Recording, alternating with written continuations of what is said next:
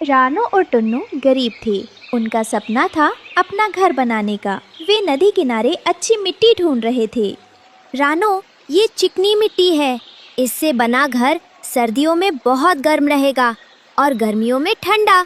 हमारे बच्चे इसमें महफूज रहेंगे। पर टुन्नू जी, छत के लिए लकड़ी कहाँ से आएगी? हमारे पास तो फूटी कोड़ी नहीं है। जब रानो और टुन्नू हवेली पहुँचे तो उन्होंने एक भयानक नज़ारा देखा। ठाकुर का गुर्गा शेरू कौवा एक बूढ़े कबूतर को घसीटते हुए ला रहा था। कबूतर खून से लथपथ था। मालिक, रहम कर दो। मेरी फसल ओले पड़ने से बर्बाद हो गई। मैं अगली बार दुगना ब्याज दे दूंगा। बस मुझे छोड़ दो। ठाकुर की डिक्शनरी में रहम शब्द नहीं है। शेरू, इसने पैसे नहीं दिए। इसके पंख नोच लो ताकि ये जिंदगी भर कीले की तरह रेंगता रहे। जी मालिक। शेरू ने बेरहमी से कबूतर को लात मारी और उसे कोने में ले जाकर पीटने लगा। कबूतर की चीखें गूंजने लगी। रानो, देख रही हो? यहाँ चूकने की सजा मौत से बदतर है। क्या हमें यहाँ से कर्जा लेना चाहिए? टुन्नू जी, डर तो मुझे भी लग रहा है, पर हमारे पास और कोई रास्ता भी तो नहीं है।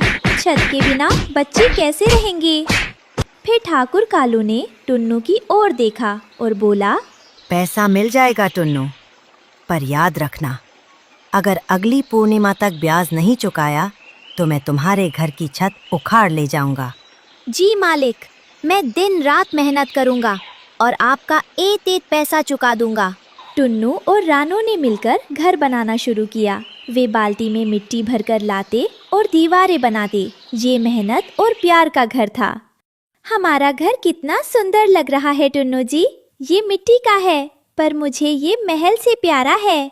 घर बनकर तैयार हो गया। टुन्नू ने छत पर मजबूत लकड़ियाँ और पत्ते लगाए थे। बच्चे घर के अंदर खेल रहे थे। अब कोई आंधी, कोई बारिश तुम्हें नहीं डरा सकती। तुम्हारे पापा ने मजबूत घर बनाया है।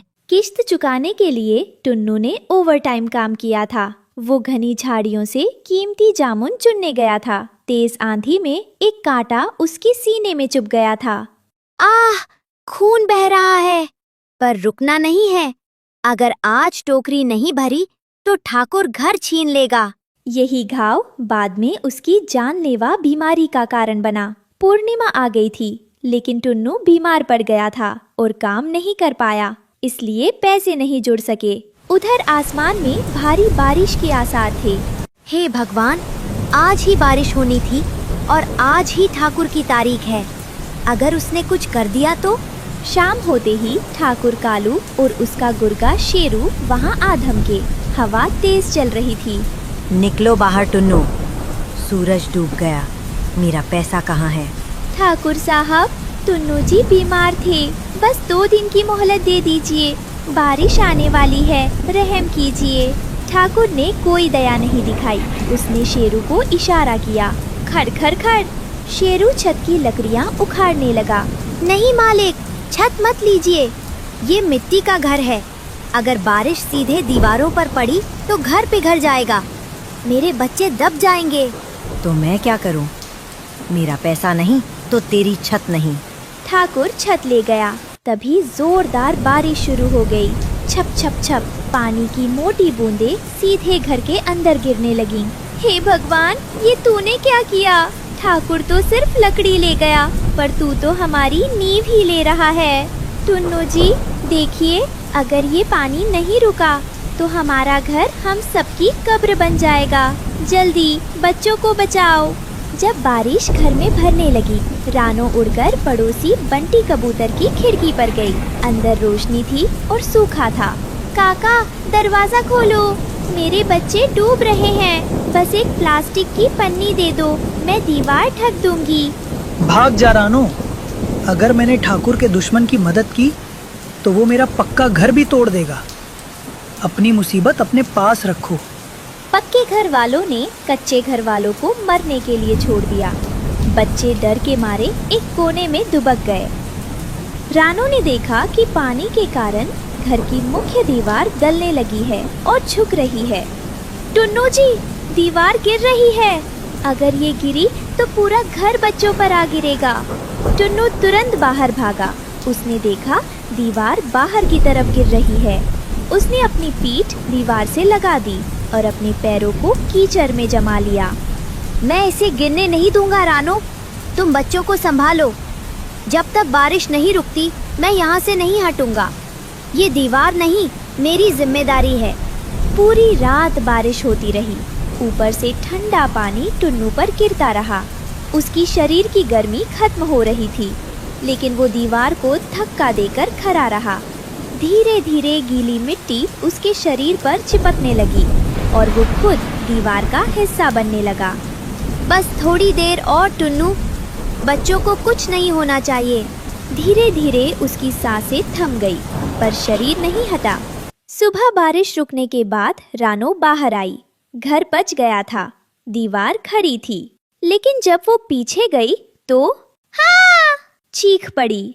टुन्नू दीवार को थामे थामे वही जम गया था। उसका आधा शरीर कीचड़ और मिट्टी में धंस चुका था।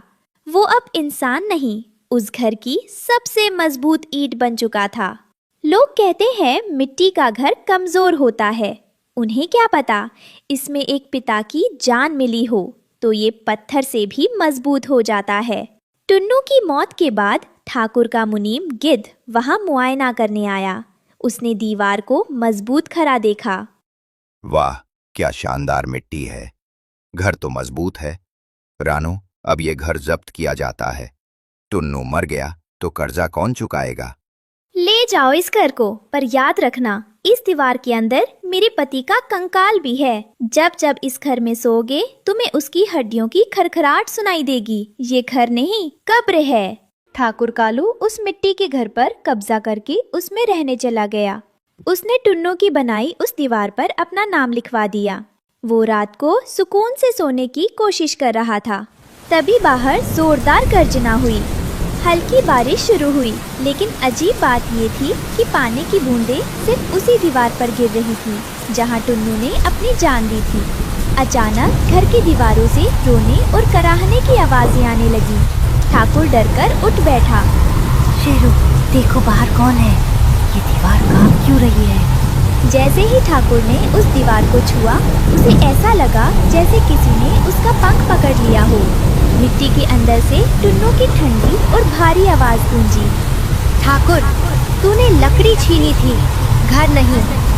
इस घर की मिट्टी में मेरा खून है और ये मिट्टी गद्दारों को पनाह नहीं देती।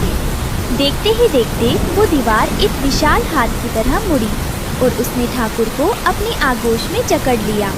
ठाकुर चिल्लाता रहा, लेकिन मिट्टी उसे अपने अंदर खींचती गई।